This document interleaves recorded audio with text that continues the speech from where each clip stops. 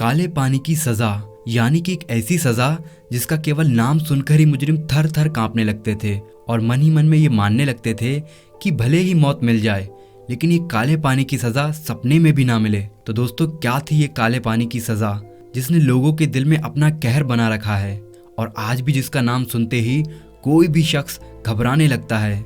दोस्तों, ये सभी बातें आज की इस वीडियो में हम आपको बताएंगे, इसलिए इस वीडियो को अंत तक जरूर देखिएगा। तो दोस्तों, आपका ज़्यादा वक्त ना लेते हुए शुरू करते हैं हमारी आज की ये इंटरेस्टिंग वीडियो। आगे बढ़ने से पहले अगर आप चैनल पर नए हैं तो प्लीज़ सब्सक्राइब करके घंटा हिलाना ना भूलें। ऐसा करने से आप पर कृपा आना शुरू हो जाएगी। ट्राई करें, इट वर्क्स। दोस्तों, काले पानी की सज़ा आज़ादी से पहले हम भारतीयों पर अंग्रेज़ों द्वारा हुए जुर्म का एक ऐसा कड़वा सच है जो हमें अंदर से हिला देने के लिए काफ़ी है। क्योंकि जब भारत अंग्रेज़ों का गुलाम था उस समय देश में फांसी के बाद सबसे बड़ी सजा यही थी, जिसको काटना लोगों के लिए मौत से भी बदतर हो गया था और कोई सपने में भी इस सजा को पाना नहीं चाहता था।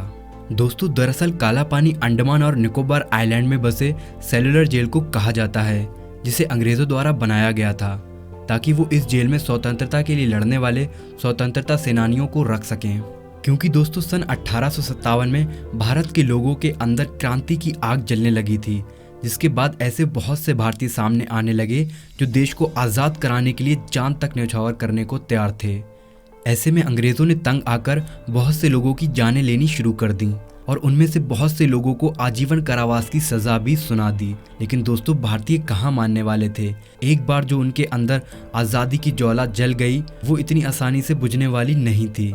इस वजह से लगातार लोगों ने आज़ादी के लिए अलग अलग तरह से अंग्रेज़ों का विरोध करना शुरू किया, जिस वजह से अंग्रेज़ों को इतने सारे लोगों को एक जगह कैद रखने में दिक्कत आ रही थी और इसलिए सन 1896 में अंडमान एंड निकोबार में एक जेल बनाना शुरू किया गया, जो कि सन 1906 में जाकर तैयार हुआ, जिसका नाम सेलुलर जेल रखा गया क्योंकि इस जेल में हर कैदी के लिए अलग अलग सेल मौजूद थीं। जी हाँ दोस्तों, आपने बिल्कुल सही सुना।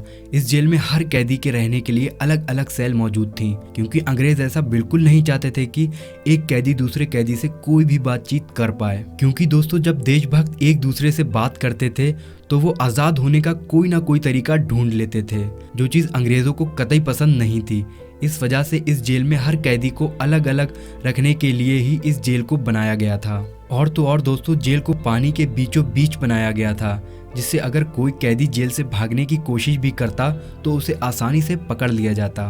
लेकिन अगर बात करें इस जेल के कैदियों के साथ व्यवहार की तो उसकी कोई भी सीमा नहीं थी। क्योंकि दोस्तों, इस जेल में कैदियों को बेड़ियों से बांध कर रखा जाता था, साथ ही उनसे कोल्हू द्वारा तेल भी पिलवाया जाता था, जिसमें अगर उनसे थोड़ी भी गलती हो जाए तो कैदियों को बांध कर मारने में भी अंग्रेज पीछे नहीं हटते थे। दोस्तों, इस दर्द भरी कैद से बचने के लिए 238 कैदियों ने भागने की कोशिश भी की, लेकिन वो कामयाब ना हो सके और पकड़े गए। और पकड़े जाने पर दी गई सजा के डर से कुछ कैदियों ने तो आत्महत्या ही कर ली और बाकी कैदियों को काफी बुरी तरह से मारा पीटा गया और अंत में उन्हें भी फांसी की सजा सुना दी गई।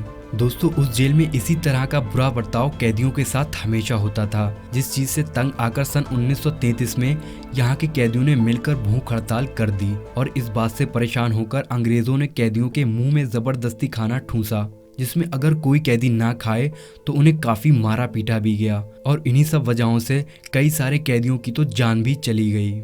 और दोस्तों, फिर आया साल 1942, जिसमें जापान ने अंग्रेजों पर हमला करके अंडमान और निकोबार को अपने कब्जे में ले लिया और यहाँ पर जापान ने ब्रिटिशर्स के बनाए हुए जेल में उन्हीं लोगों को कैद करके रखा, जबकि महात्मा गांधी और रविंद्रनाथ टैगोर के आंदोलन की वजह से भारत के लोगों को उस जेल से निकाल लिया गया था। लेकिन दोस्तों, अफसोस वर्ल्ड वॉर 2 में जापान की हार के बाद अंग्रेजों ने फिर से अंडमान और निकोबार के साथ साथ जेल पर भी अपना कब्जा जमा लिया। लेकिन दोस्तों, अंत में साल 1947 में भारत ने अंग्रेजों से आज़ादी प्राप्त कर ली। उसके बाद इस खौफ से भरी हुई जेल को भारतीय सरकार द्वारा राष्ट्रीय स्मारक घोषित कर दिया गया। दोस्तों, अब कोई भी यहाँ पर जाकर भारत की स्वतंत्रता के लिए लड़ने वाले सैनिकों की उस समय की हालत के बारे में जान सकता है, जो कि इस जेल में साफ साफ नजर आती है। और इस जेल में एक म्यूजियम भी है जहाँ पर उस समय के हथियार, जंजीर और फांसी के फंदे अन्य चीज़ें रखी हुई हैं, जिसे देखकर कोई भी यह समझ सकता है कि अंग्रेज ने इस जेल में भारतीयों पर कितने जुल्म ढाए होंगे। साथ ही इस जेल में शहीदों के नाम और उनकी तस्वीरें भी बनी हैं, जो कि आपको उनकी याद में उन पर फक्र महसूस करने के लिए काफ़ी हैं। और दोस्तों, अंत में हम उन वीर भारतीयों को सलाम करते हैं जो इतने जुल्म होने के बावजूद भी भारत माता की जय बोलने से पीछे नहीं हटे और लगातार आज़ादी के लिए लड़ते रहे, जिससे आज उन्हीं की वजह से हम भारतीय सुकून और स्वतंत्रता की सांस ले सकते हैं। बाकी दोस्तों, आपका इस पर क्या कहना है हमें कमेंट बॉक्स में ज़रूर बताइएगा। साथ ही ऐसे इंटरेस्टिंग वीडियोस को लगातार देखने के लिए हमारे चैनल को लाइक, शेयर एंड सब्सक्राइब करना ना भूलें।